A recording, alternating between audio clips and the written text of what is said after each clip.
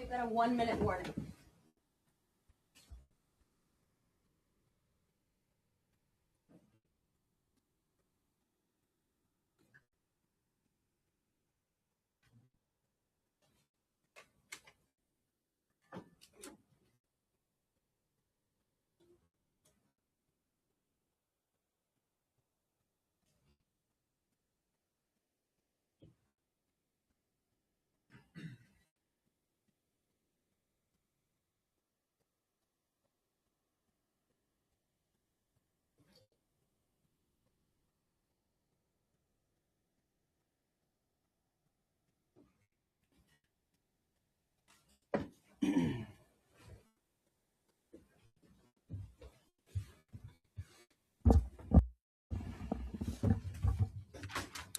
Well, good afternoon. I'm honored to stand right here today alongside one of America's finest, Admiral.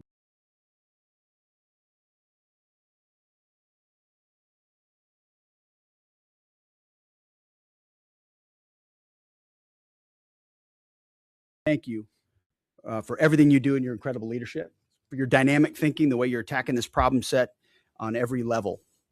In just days of Operation Epic Fury, you and your team have delivered nothing short of devastating, precise strikes, taking out the better part of Iran's Navy, making it combat ineffective, neutralizing missile sites and launchers, and establishing total dominance over the skies we fly over and seas we fly over. Our forces are executing with unmatched skill, and the mission is advancing decisively. This is the kind of no-nonsense, results-driven warfighting that America demands. And you're delivering it in spades. You are the man for this moment. Admiral Cooper, on behalf of the President, the Department of War, and every American watching, I want to thank you for your outstanding job you and CENTCOM are doing. Keep pressing the fight, and we are with you all the way. A few thoughts before I hand it over to the Admiral for an update. Iran is hoping that we cannot sustain this, which is a really bad miscalculation for the IRGC in Iran. You see, there's no shortage of American will here. We remember and honor our fallen, those 6 that we will soon welcome at Dover, who gave everything for their country in this mission. We remember them. But we remember them by rededicating ourselves even more fervently to this mission. Our commitment to our mission objectives only increases as our advantages continue to increase.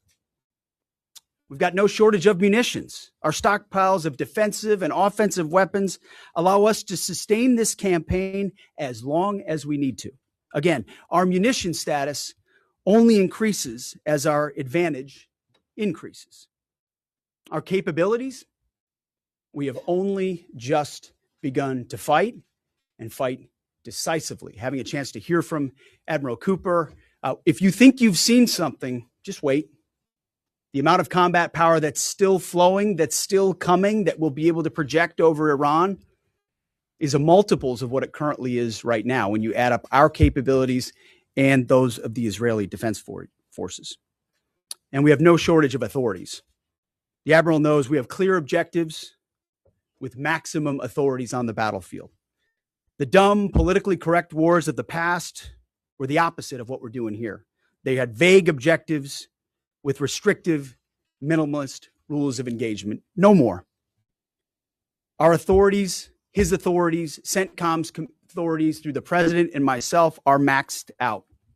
Our capabilities are overwhelming and gathering still, as are those of our Israeli partners.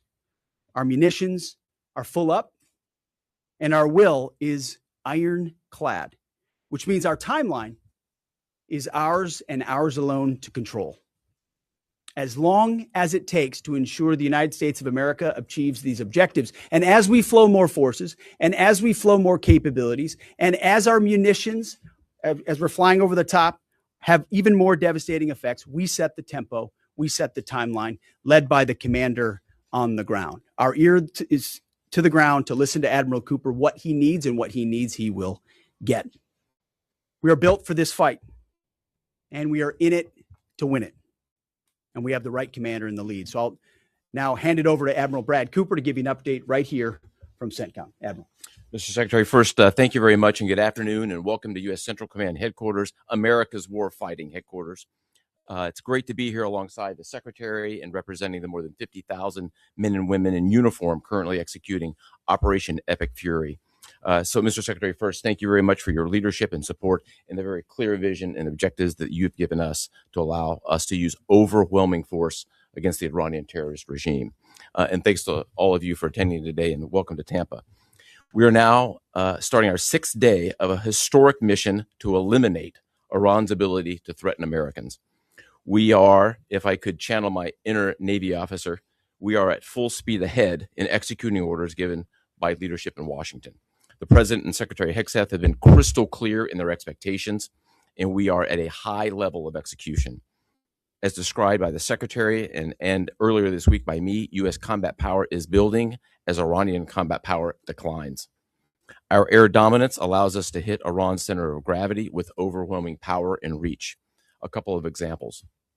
In just the last 72 hours, America's bomber force has struck nearly 200 targets deep inside of Iran, including around Tehran.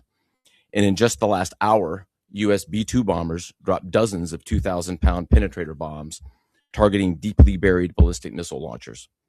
Notably, we've also struck Iran's equivalent of Space Command, which degrades their ability to threaten Americans. Then, if I just look back over the last 24 hours of the operation compared to where we were at start, ballistic missile attacks have decreased by 90% since day one. Drone attacks have decreased by 83% since day one. Having said this, we remain vigilant. Our strikes against the Iranian Navy have intensified. You may have heard the President say just a little while ago that we have sunk or destroyed 24 ships. That was true at the moment. We're now up over 30 ships. And in just the last few hours, we hit an Iranian drone carrier ship, roughly the size of a World War II aircraft carrier. And as we speak, it's on fire.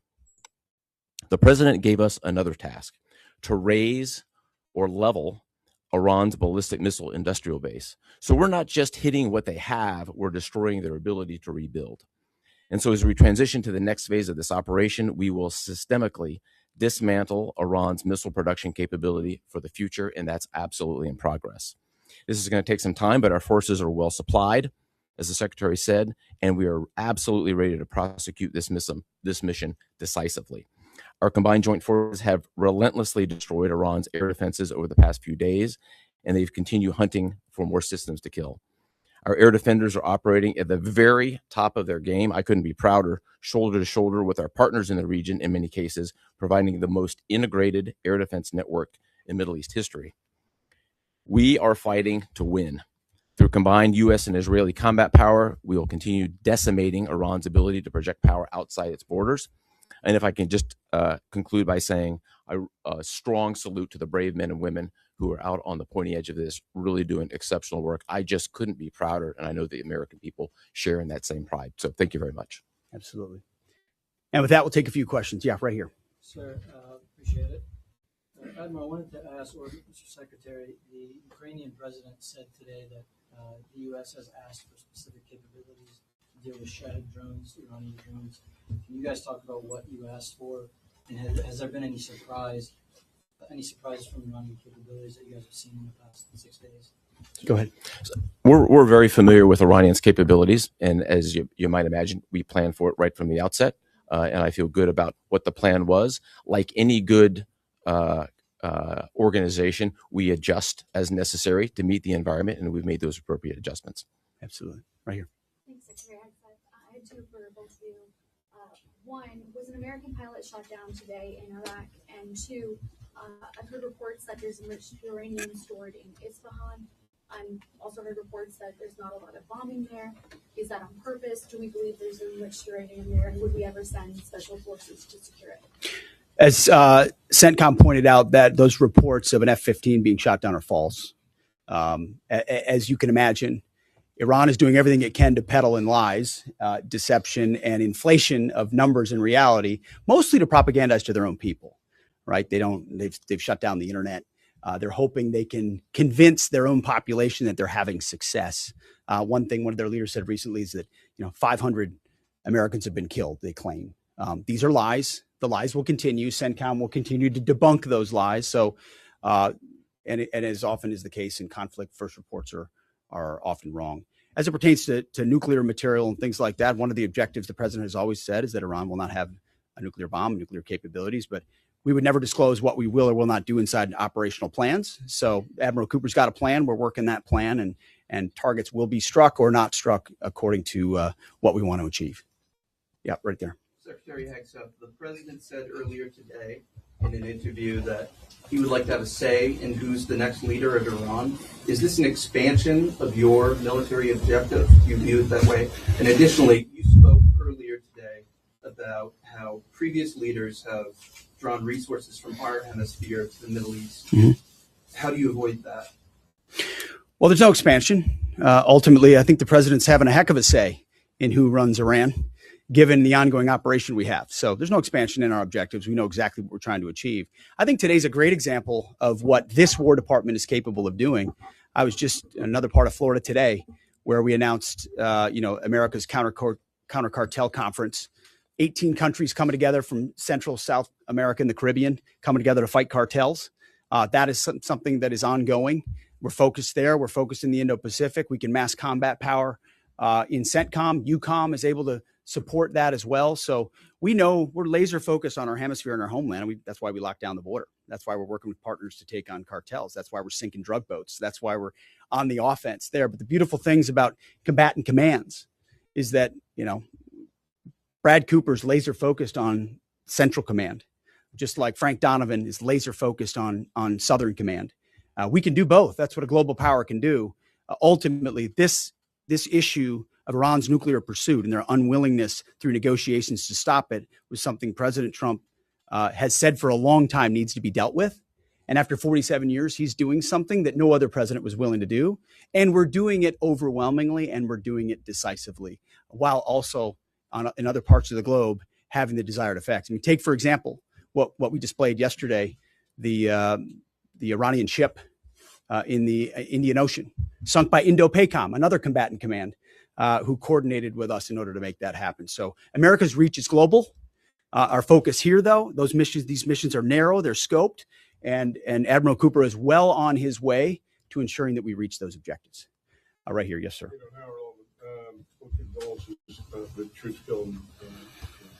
The Ukrainians are talking about providing low-cost interceptors, given their experience. That's something that the Pentagon is looking for. And Admiral Cooper, can you walk us through a little bit about how effective the Lucas drones have been, what kind of targets they've hit, and how much that's helped, given that they're low-cost alternative to the more expensive helium?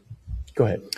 Sure. I'm not familiar with the particular offer, but interceptors in general, we've had a number of new capabilities being fielded. Obviously, I'm not going to talk about it from an operational perspective of what those are. But I think you have seen over a period of time us kind of get on the other side of this cost curve on drones in general. If I just walk back a couple of years, you remember what you used to always hear, we're shooting down a $50,000 drone with a $2 million missile.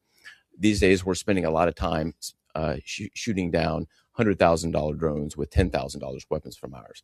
So that's one aspect of it. Lucas, indispensable, as many of you know, and if you don't know, this was an original Iranian drone design. We captured it, pulled the guts out, sent it back to America, put a little Made America on it, brought it back here, and we're shooting them at the Iranians. Good targets. Good targets. Absolutely. Right there. Yes, ma'am. Thank you so much, Secretary. President Trump, in his first speech after the launch of the Operation Epic Fury, he addressed Iranian people and he said that there's going to be a time for you to come out, but it's not now. Stay home. It's not safe. I want to know if there is a timeline for that you're going to urge Iranian people to come out, how that is going to play out, and how are you going to protect the protesters? You know that they're going to be shot probably, as we witnessed in January. That's what happened. How are you going to protect and support the protesters? And Admiral, I have one question for you. How are you going to minimize the civilian harms? We have a lot of evidence that the Basij units IRGC commanders, they are now gathering in schools, in hospitals, in purely residential areas because their headquarters are bombarded, they are ruined, of course. So how are you going to protect the civilians while you're attacking the IRGC people part? Thank you. I would just say on the protests, obviously the Iranian people showed a lot of courage in those protests. And we saw the Iranian regime was revealed for what it is in the way they reacted to that. The world saw that. No one's done more than President Trump to reopen the opportunity for those who want a free Iran to do so. Ultimately, it's common sense, as he said up front. Don't go out and protest while bombs are dropping inside Tehran and elsewhere. So there will come a moment where he determines, or they determine, that it's the time to seize that advantage. But there's a lot of things we're doing and the Israeli military is doing, targeting those individuals who are targeting those who protest. The more you do that and you erode their will and you erode their capabilities, the more you create an opportunity for people to boldly stand up. Yeah, I would just reinforce the point. We're targeting the people. We're targeting the headquarters and the people who are targeting the protesters, first and foremost. I'd also just double down on the president's comments that he previously made to the people: stay in your homes, keep things calm, stay out of the way. There's a lot of U.S. and Israeli capacity coming over. We're hitting a lot of targets. The best thing for them to do for right now is just to lay low. Right here. One common outcome of American military action in the past has been taking in thousands of refugees into the American homeland, and I'm wondering if there's any safeguards put in place to make sure that the American people aren't having to have another wave of refugees from the Middle East or anywhere else come and stay here. I think it's safe to say there's no plan for a wave of new Middle Eastern refugees to the United States of America. I think, as the president has pointed out for a long time, there are a lot of countries in the region who would be capable of providing that kind of support if need be, but that's certainly not something we're planning on. Yep, back there. Yep. Sir, Michael in Washington Times. I wanted to ask, I know, semper gumby is always a truism in the military. Did the British decision to refuse Diego Garcia have any impact on the mission itself? Did you have to adjust, or were you able to just completely, go with the mission without any worry? Well, as the president stated, it was unfortunate that that the Brits didn't, from day one, say, "Hey, go ahead and have access." But we got there. And that's now part of the way that we're operationalizing bomber runs. And that's part of when we say more to come. It's more fighter squadrons, it's more capabilities, it's more defensive capabilities, and it's more bomber pulses more frequently. The amount of firepower over Iran and over Tehran is about to surge dramatically. And part of it is that we're going to have even more basing. And it's not just the UK. We've had other friends step up, and we're grateful for that. Maybe one more right here. Yeah. The Azeri president earlier today basically authorized his Minister of Defense to begin preparing troops for some type of retaliatory action after the airport strike. As the Department of War and CENTCOM is working on deconflicting with the Azeri if they were to move in or attempt something in retaliation. I'm sure there are plans, and I'll let the Admiral speak to that. But that does allow me to kind of address this idea that the war might be expanding, or there's chaos, and nothing could be further from the truth. If anything, what Iran is doing by targeting allied countries that would otherwise want to stay out of this, they've actually pulled them into the American orbit. So now you've got UAE and Qatar and Bahrain and Saudi and Kuwait and others saying, "Hey, we're with you. We'll shoot with you. We'll fly with you. We'll defend with you. We'll allow you more basing and other opportunities," a lot of which we can't talk about and won't talk about. But it's actually firming up the unity of the resistance in order to focus exactly where we need to. So this idea that it's expanding or going, no, it's actually simplifying in a number of ways exactly what we need to achieve and how we'll achieve it. I don't know if you anything I won't to that. I won't get out of policy ahead of policy in terms of what we might do. What I will point out is this is now the 12th country that Iran has attacked. 12 countries, and it goes right back to the Secretary's point. Those 12 countries are none too happy, and I look forward to working with all the partners who are willing to join us in this. And I would just close by saying, Mr. Secretary, one more question. Sure. What is your message to Americans who are concerned about security here at home with the change up that we're going to see at the Department of Homeland Security? Well, I think Kristi Noem did an excellent job over there securing our border and keeping us focused on threats, and President making a change. We all serve at the pleasure of the president. I'm sure Mark Wayne Mullen will do a fantastic job. He's been a friend of mine for a long time, but Kristi did a great job setting us up for success. So I don't have any concerns about whether or not the homeland will be covered down on. And I'll just end by saying, I wish every American could get a chance to see what we see. I had a chance to go into the control room, into the Tactical Operations Center, go see these young men and women that are doing this, the dedication that they show at every level, the way they've refined their craft. I'm talking to a young colonel who's iterating on how we target and how we find and fix different aspects of what the Iranians are trying to do. If they don't know what they're up against, and if they think they've got it solved for, they're wrong. And ultimately, the combination of our ingenuity, the skill, the professionalism, the discipline, and then the sheer weight of the capabilities of the U.S. military, what you're going to see may look routine. It may start to be like, oh, another boat. Oh, another launcher. Oh, another drone facility. What it takes to do this with the precision that we do is world-class. No one else can do it. And it's world-class Americans. Like the ones I saw here, like the ones that are coming home that we're going to greet home, that are the engine of what makes our country great. And so I'm so grateful for folks like those here at CENTCOM, at Central Command, who are under your command. Thank you for your decisive leadership. And all I'll say to you is what I say to them: keep going, because the president and myself, we have your back. Thank you, Admiral. Appreciate it. Thanks very much. Thank you all.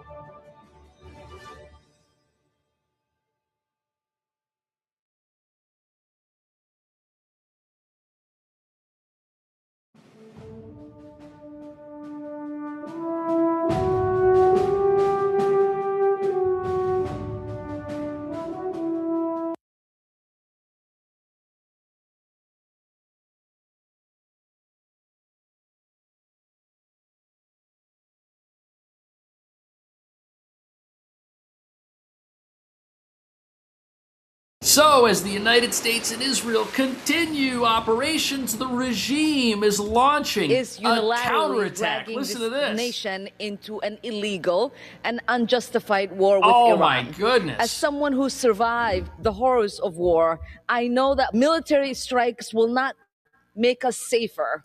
They will inflame tensions and push the region further into chaos. Every time we abandon diplomacy, we choose destruction. That's not what happened at all. We know who will bear the costs of this decision. Innocent civilians caught in the crossfire, and Iran's launching the missiles at the civilians. The American people are exhausted by endless wars built on That's not what this is. Promises and paid for with American Are and you foreign kidding lives. Congress must reassert its constitutional authority. I urge my colleagues None of this is to vote unconstitutional. yes. Will someone please explain to her what's going on here? Listen, let me explain to you guys this in simple English. Okay? Yes, Iran please is do. run by lunatics, religious fanatic lunatics. They have an ambition to have nuclear weapons. They intend to develop those nuclear weapons behind a program of missiles and drones and terrorism that the world will not be able to touch them for fear of those things. You. And this is the weakest they've ever been. Now is the time to go after them. The president made the decision to go after them, take away their missiles, take away their navy, take away their drones, take away their ability to make those things so that they can never have a nuclear weapon. That's why the president made this decision. It was the right decision, and the world will be a safer place when these radical clerics no longer have access to these weapons. You see how they're using them now. Imagine You see how they're using them now, indiscriminately launching these things at all of their neighbors, including Israel. But Ilhan Omar says stopping these people is going to contribute to instability. Air Force has been knocked out. They have no air detection. That's been knocked out. Their radar has been knocked out. And just about everything's been knocked out. They're going to be in for a lot of hurt. That sounds like a pretty stable situation to me. But ask yourself this: why is she in the tank for America's enemies? Congresswoman, will you condemn the anti-Trump protesters who flew the Islamic Republic of Iran flag outside the White House and shouted open border obscenities? Nothing. Are you sure you don't want to condemn the anti-Trump protesters for flying the Islamic Republic of Iran flag outside the White House? And why doesn't she care about that? By the way, this is the video that they are asking Representative Omar to condemn. How could you be in favor of preserving a regime like this? Or is there another country out there who may have funded protests in the past in America and might be very upset that Iran is turning out for the worse for them? All right, so you can see that none of this is grassroots. This is all paid for. Hey, how you doing, guys? Where are we headed with these signs? Pro-regime signs. Where are we going here? You guys are saying that this is grassroots, but this does not look very grassroots. They want to stop the war in Iran. Save the regime. You guys doing this for free? Show this to people. Look at that this. say that any of this What a scam. is grassroots. Show it to them. Show them this clip. So all these signs that you see laid out right here are going to Columbus Circle for a protest that Roy Neville Singham is paying for, okay? A CCP billionaire who's trying to sow division into this country. He needs to be looked at, Roy Neville Singham. Yeah, but why would China want the regime in Iran to survive? China is calling for an end to the war in Iran. Its energy supplies are getting squeezed. China is the world's largest importer of crude oil. More than 20% of China's oil comes from Iran and Venezuela's discounted crude. They're the ones buying all of Iran's illegal sanctioned oil, propping up these dictators, helping them build their ballistic missiles, giving them the money to do all that. But what does China need all this oil for? What are they going to do with it?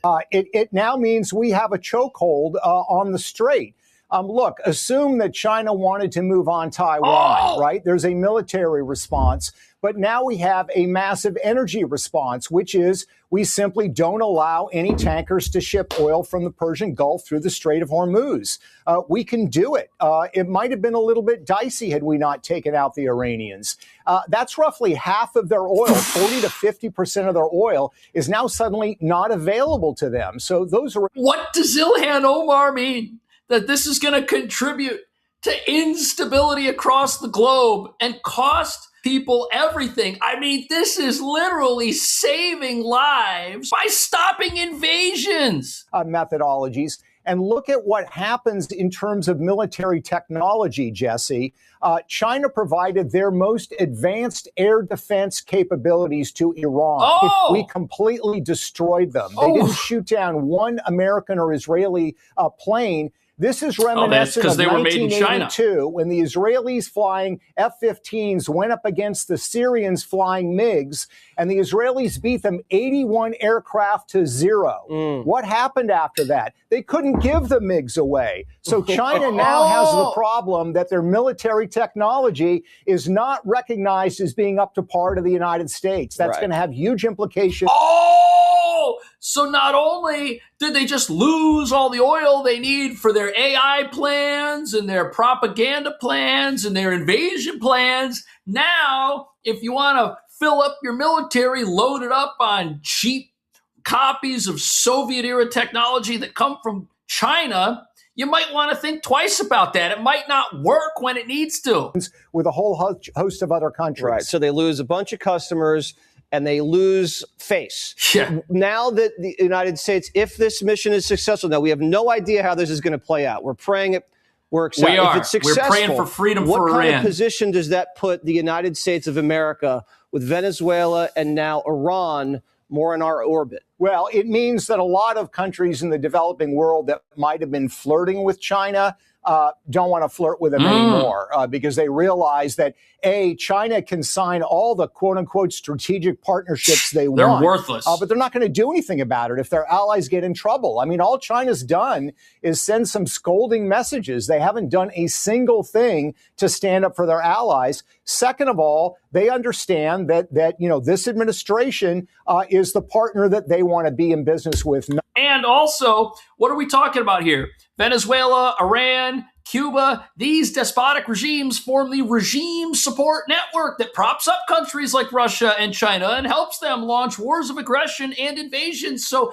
Ilhan Omar, she couldn't be more wrong about the idea that taking out these regimes does anything other than make the world a better place. She might not be happy about it, but it's truth. Well, we have yet another bone to pick with the hapless clown, Gavin Newsom. Yeah, he doesn't It seems understand that this either. man can never quite act normal, and this time it is with some truly disgusting attacks on Israel and the Jewish community. He's part of the regime It is counterattack. breathtaking in its ignorance, and I honestly cannot believe that this man is being taken seriously. And a lot of Democrats have looked at the Netanyahu regime and felt like, you know what, we don't like the trajectory he's on. It's time to rethink the U.S. relationship with Israel, especially military support. That's what the regime wants. The regime wants the U.S. to give up on Israel so that it can survive and so that the United States can be weakened, because these regimes love taking advantage of us. But listen, He's taking that easy right now. Let's talk about that. But the issue of Bibi's interesting because he's got his own domestic issues. He's trying to stay out of jail. Okay. He's got an election coming up. Yeah, so do you, buddy. He's potentially on the ropes. He's got folks, the hard line, that want to annex the West Bank. I mean, Freeman and others are talking about it appropriately, sort of an apartheid state. Oh, my goodness. They couldn't even, I mean, we're talking about regime change. For 2 years, they haven't even been able to solve the Hamas question in Israel. So this is, I mean. As if he would be able to solve it. I want to be careful here, but, you know, in so many ways, that influence in the context of the conversation of where Trump ultimately landed on this is pretty damn self-evident. This guy knows how to say nothing. That was Gavin For a Newsom, long the governor time. of California. And I just want to bring attention to this clip to all Jewish Democrats out there. This is your party now. This is where they are headed. They're the party of the regime. Every regime that has been taken out by the Trump administration, Maduro, the remnants of the Castro regime over there in Cuba, and now Iran, they are on the side of the regimes because they are not on the side of our country. That's the simple truth right here. These are people who would do another Barack Obama-style Iran deal, which we're now learning was actually worse under the Biden administration, and nobody said anything. As the Biden administration released billions of dollars to Iran that were frozen, money that was frozen because of sanctions. Biden released the money, gave it to the mullahs, and the mullahs turned around and financed Hezbollah, Hamas, October 7th, the Houthis, and whatever other terror groups they could fund. That's what happened in the Biden-Harris administration. Why would you want that? She's never, ever answered for that. Won't, can't. I don't even know if she knows it. I don't have much regard for Kamala Harris's intellect. But now she's condemning it. Okay. Yeah, how do you not? You, lady, yes, she I'm did sorry it. to be disrespectful, were vice president when an American administration for 4 years empowered mullahs in Iran to kill people, including Americans. Terrible. That's what you did. Right. And said nothing. Yep. You said nothing. While the border was open, all the regime sympathizers in America want to do is destroy our country and attack it every single way they can. They want to fund our enemies overseas. They want to let them in through the southern border. It's like these folks are living in an alternate world where America is the enemy that needs to be taken down, and the forces of evil that want to launch ballistic missiles at innocent civilians, as we've seen Iran do as part of their counterattack, that's who they're sticking up for. That's who, and they say they care about women and children. They say they care about protecting people, but all they do is fund things that harm people and fund things that disenfranchise people. It's terrible and it's wrong. Yeah, the press is doing everything it can to root for Iran. Yeah. The press is actually rooting for Iran. I watch ABC. When you World say News. Iran, you mean the people or the regime? The regime. They want America to lose. Yes, they do. So World News tonight on ABC, and I work for an ABC, so did you, did 15 minutes last night, did 8 segments, every segment negative. And I mean really negative. Every segment. Not one positive word. Listen, this has been the playbook. Whenever America has gotten involved in any conflict, there has always been the forces that want to see our country lose. And when I was younger than 10 years old, I remember sitting on the floor, watching the television, watching Desert Storm coverage And you know what the news had on? I'll never forget this. They had a whole segment on how the troops are going into this environment in the desert. And the last time we had a war in a new environment, it was Vietnam. And they went in and they didn't have the right boots and things were a disaster and we lost. And that might happen again. Meanwhile, Desert Storm was one of the most successful military operations and campaigns in history. And these people said it was a waste of time and that America was going to lose again and that our troops didn't have the right equipment. I mean, give me a break. Now, one word on how bad the mullahs were. David Muir. In addition to that, David Muir said the word tonight 70 times in 17 minutes. So, I mean, I'm going, what the deuce is happening? I worked for Jennings, who was excellent, okay? But I didn't even watch the other two. I just watched World News Tonight. And after watching it, I wanted to surrender. We should surrender to Iran. Watching ABC News, we lost. That's how crazy it is. They want Trump broken. I don't think that anybody, They're hoping that this conflict is the external force that comes out of nowhere and gets rid of Trump for him. That's what they're hoping because they haven't been able to get rid of Trump. They've tried. They tried to put him in jail. They've done everything they can. They're hoping something comes along, whether it's the files, whether it's Iran, whether it's the regime somewhere, someplace, whether it's China, they don't care. We've got some negative news coverage. Let's suffer through this and now to our special see the propaganda, allegedly. This is day 5, with more devastation and destruction across the region. Across the US region. submarine sinking an enemy warship by torpedo, the first time since World War II. In all, 11 nations are now involved, and we're with It's the a military world war, families according at the to center them. of it. Those mourning the lost, and those fearful of what's to come. And people are afraid. Fayetteville, North Carolina, also known as home of the airborne, because of its proximity to Fort Bragg, is thousands of miles away from Iran. But people here like Kravis Tabron Jr. know very well the beginnings and aftermath of war. In October '69, I was going through basic training right here at Fort Bragg. People ask me all the time, did you like the Army? No, I love the Army. This is one of the items. 1969, owns Vietnam. a sweater embroidery store now, but that love he talks about led him to serve his country for 29 years.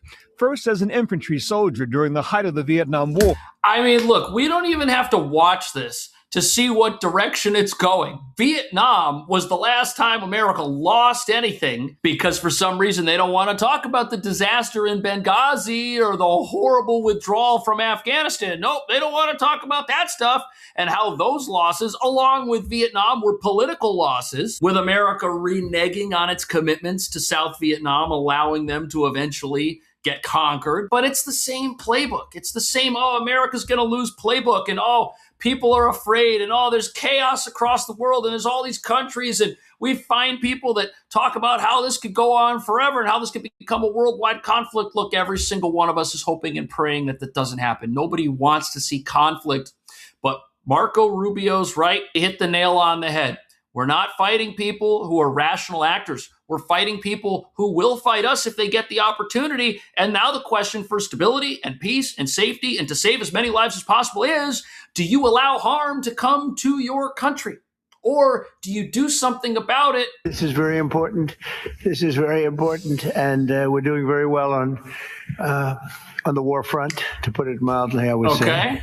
Somebody said, on a scale of 10, where would you rate it? I said about a 15. So we're not losing. We're going to continue to do It's well. not We have the greatest Vietnam, military again. in the world by far. And that was a tremendous threat to us for many years, 47 years. I think we have great support. So the president says we're ahead.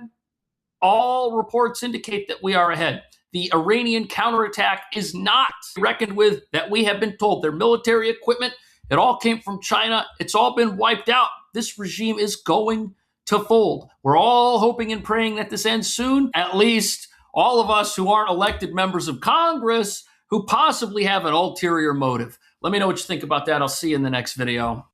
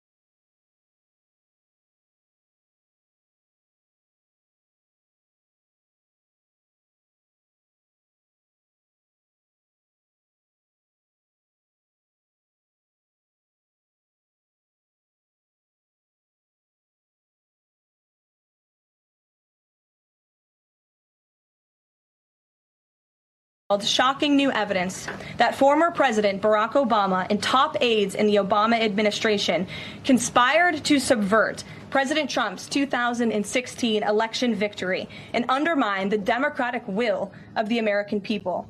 While publicly pretending to engage in a peaceful transfer of power, in private, former President Obama went to great and nefarious lengths to try to sow discord among the public and sabotage his successor, President Trump. The new evidence released by the Director of National Intelligence, who is here with me today, confirms that the Obama administration manufactured politicized intelligence, which was later used as the justification for baseless smears against President Trump in an effort to try to delegitimize his victory before he even took the oath of office. The truth is that President Trump never had anything to do with Russia, and the Russia collusion hoax was a massive fraud perpetuated on the American people from the very beginning. And the worst part of this is Obama knew that truth, and so did all of the other corrupt officials involved in this scam, including former CIA Director John Brennan, former Director of National Intelligence James Clapper, former FBI Director James Comey, former Deputy Director Andrew McCabe, and many others. Director of National Intelligence Gabbard's report further confirms what we already knew. There was no collusion, no corruption, except on the part of Barack Obama and the weaponized intelligence agencies at the time. The Russia hoax was a blatant lie, all ginned up by Democrat political operatives that were signed off on by then President Obama and leaked to the news media to launch a years-long witch hunt against President Trump and his first administration. Allies of the president, including his own son, Donald Trump Jr., were disgustingly smeared as Russian assets, and some even had their lives destroyed because of this vicious lie. The president's first 2 years in office had this fake distraction hanging over it, and endless resources, time, and political capital were spent having to debunk these lies from the highest levels of our government. Now, nearly 10 years later, thanks to the declassification of documents by Director Gabbard, the truth has finally come to light. And this truth vindicates President Trump, his family, and his many allies and associates who were smeared with defamatory lies.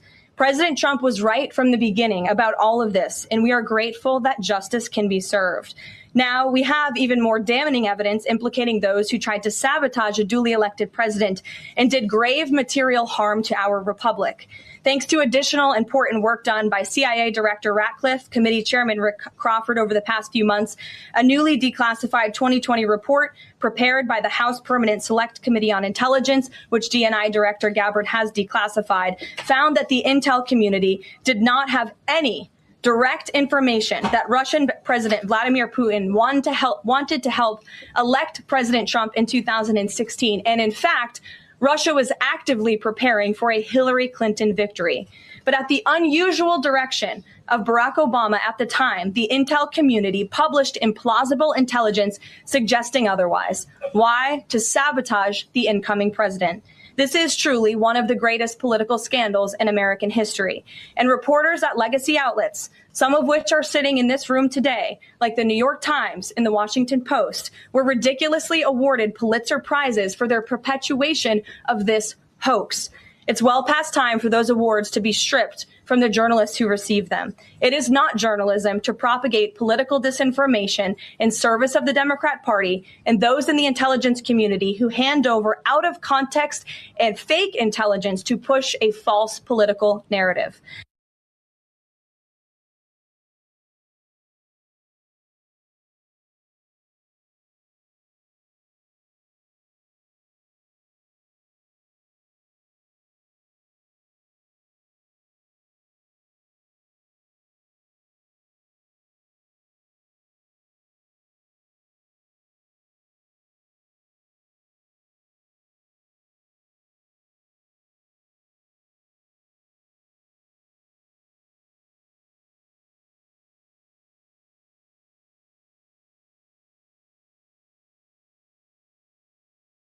Congresswoman, so obviously you've called on Congressman Gonzalez to resign over alleged sexual misconduct. There's now a resolution that would reveal a lot more about the culture of sexual misconduct in Congress. Are you supportive of that, despite Congresswoman Mace? I'm absolutely supportive of Congresswoman Mace's resolution to uncover the other sexual harassment issues that take place here in our nation's capital. And even further, I am supportive of releasing the Congressional Hush Money Slush Fund. There's been tens of millions of dollars that have been paid out over the years here in Congress to keep Hill staffers quiet about alleged sexual misconduct and other forms of mistreatment in the office. So I would love to see every congressman who's ever had to pay a settlement to a staffer, and I'm certainly supportive of Nancy Mace's resolution. I guess what would be your message to a staffer who finds themselves in these terrible situations where members are being creepy to them? I mean, it's awful. It's awful in any workplace. It certainly shouldn't be held here. We have high standards. We agree to these standards. We promise hundreds of thousands of people that we are leaders of integrity, and it shouldn't be happening here. Got it. Thank you.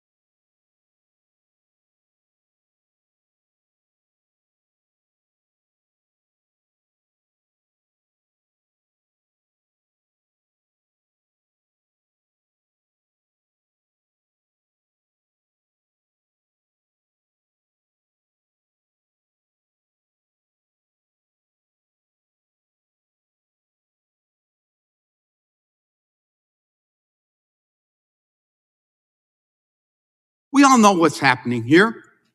The Republican Party is controlled by violent extremists who have no morals, who don't give a damn about this country or the Constitution, whose entire job description is to lick Donald Trump's imaginary boots, who will sanction the murder of American citizens to keep their seat in Congress. And we all know what's happening here. The Republican Party is controlled by violent extremists who have no morals, who don't give a damn about this country or the Constitution, whose entire job description is to lick Donald Trump's imaginary boots, who will sanction the murder of American citizens to keep their seat in Congress. And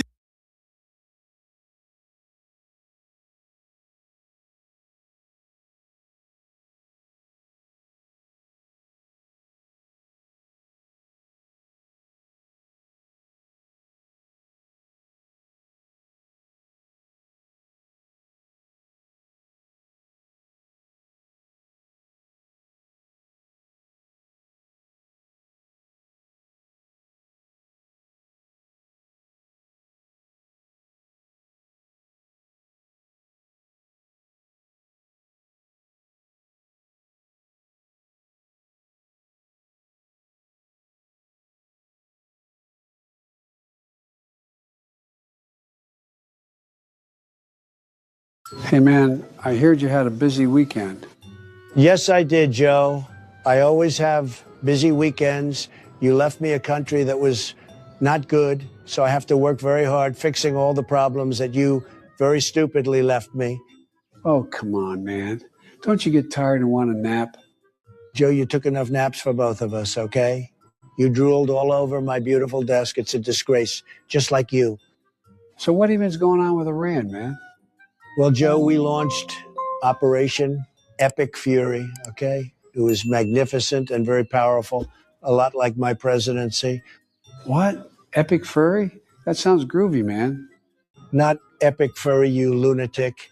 That sounds like one of your radical, insane, transgender voters that you love so much? No, it's called Epic Fury. Oh, well, how'd you come up with that name? I thought the talks were going well, man. So did I, Joe, but they went sideways pretty fast. All right, little Ayatollah, here are your options. It's very simple. You can either say that you love Trumpy and that you will stop trying to get a nuclear weapon, or things aren't going to go very well for you. We will never make a deal. We think you look like an orange and your golf courses are the worst. Everybody says so. Excuse me, nobody says that, okay? Now you're going to straighten up and make a deal. No, we no do deal. We think deals suck, and so do you. Let me put you on hold. Petey, are you there? Yes, sir. I've been here the whole time. All right. I'm not happy, Petey. In fact, you might say that I'm furious, and my fury is epic, okay? I need you to show them my epic fury. Yes, sir. We should call the operation that. I'll take care of everything. Oh, come on, man. You sent the War Machine guy because they insulted your golf course? Well, that's not the only reason, Joe. They were yelling about hating America and burning our beautiful flag. Actually, they were acting a lot like your radical Democrats in the streets. So what did Pete do? Well, Joe, he did Petey things, and he showed why our military is the best in the world, because I rebuilt it.